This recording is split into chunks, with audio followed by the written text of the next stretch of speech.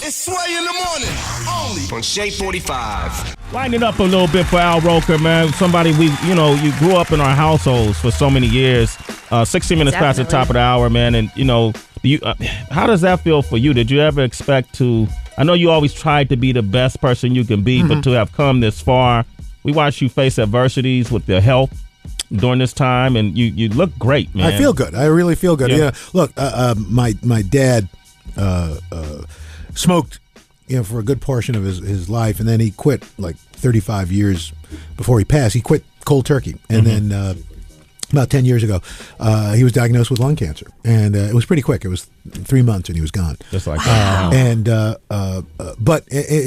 He was at Sloan Kettering, and I go every morning before the show to see him.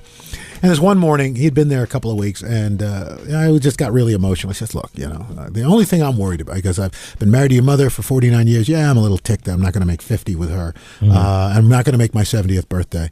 But you know what? The thing I'm most worried about is you. We've gone round and round about your weight, and we both know I'm not going to be here to help you raise my grandchildren. So you got to swear to God right now that you're going to lose weight. You got to take care of this. Wow. And I said, I promise. No, I want you to swear to God right now. And so I swore to God that I would do it.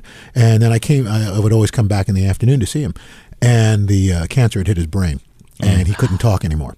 And we took him to Calvary Hospital 2 days later. And, a week later, he was gone. And 6 months after that, I had the bypass. 7 months after that, I had the bypass. And just haven't looked back. It was, wow. That was his gift to me. That was his gift to you. Yeah. Man, thank you for sharing that with us, man. Wow. Now, you've had a lot of milestone moments on this show that I can think of. I could think of plenty of them. And I want to ask you, I want to play back a clip. And we got a couple, so we'll just randomly select one. Since we just played Common, he's from Chicago.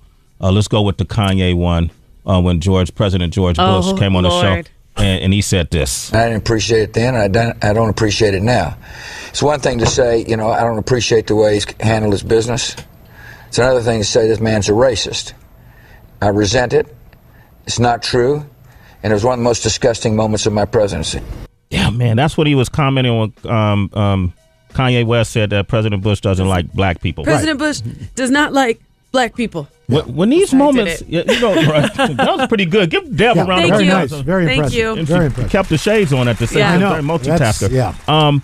A lot of times, I know, interviewing certain people or being around certain moments. When Michael Jackson came to Times Square for MTV, I was just, I was no longer a correspondent there. Right. I was just a fan, or Lady Gaga, or when.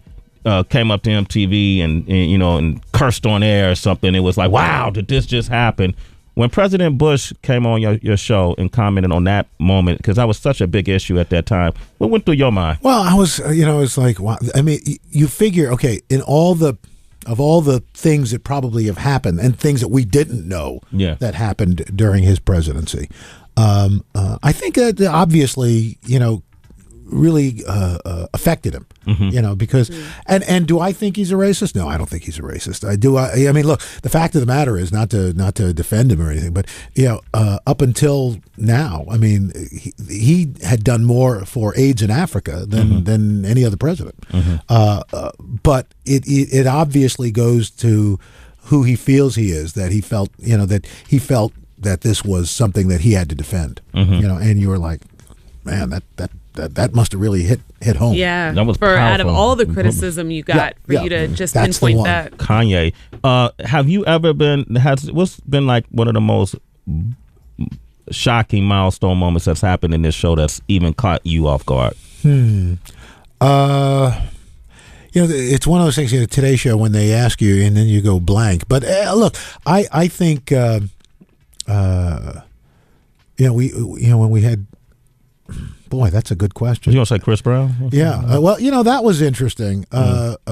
I mean, look, one of the things about the show is that you've got so many things happening. Yeah. And so many things happen over a period of time that it's only the thing that's most recent that kind of sets up in your mind. That and the fact that I'm just getting old and can't remember anything. Okay, yeah, but I would think a lot of moments, a lot of memories. Yeah, a lot of big ones, right? If you think of one, I'll blurt it out. The interview, it'll probably be about 3 hours from now. Okay. Hey, you know what?